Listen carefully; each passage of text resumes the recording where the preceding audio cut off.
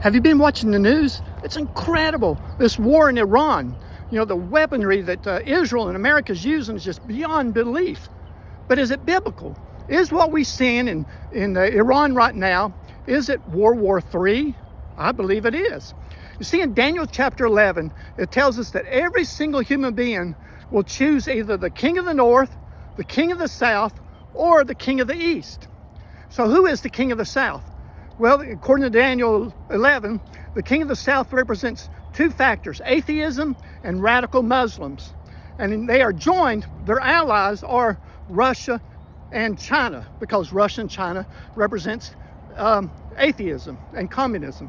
So you got the south, the king of the south representing atheism, the radical Muslims, and paganism, because the Muslim religion is really a pagan religion. Allah is, in the Old Testament, was called Baal, and Baal was the sun god, the supreme god of all gods. And so the Muslims consider Allah the supreme god of all gods. It just Muhammad changed his name from Baal to Allah. Now, who's the king of the north? Well, the king of the north represents the papacy, because they came from the north during the Crusades to attack the Muslims. So this is basically a battle between two pagan religions. Yes, Catholicism is not really Christianity. Catholicism is paganism, because they believe in salvation by works, and they believe in the worship of Mary, and that basically comes from paganism. So a lot of the religion of Catholicism is paganism. So who are the allies of Catholicism?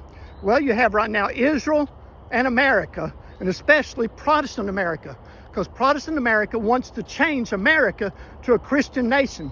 And anytime a religion takes over a country, it becomes a persecuting country. So you have the king of the north representing the papacy, America, and Israel, and especially Protestant America. And you have the king of the south representing atheism and communism, or paganism, which is the radical Muslims. But here in America, it's the same thing in America. You got the king of the south is represented by the Democrats and the socialists and the Marxists that are attacking the king of the north, which is represented by the Republicans and the Protestants and the Catholics, who are joined together. And in the end, the king of the east, Jesus Christ, will come with great power and glory and will destroy both factions. But how do you know you're on Jesus' side? Because majority of Protestants and Catholics claim they're on Jesus' side. It's the Word of God.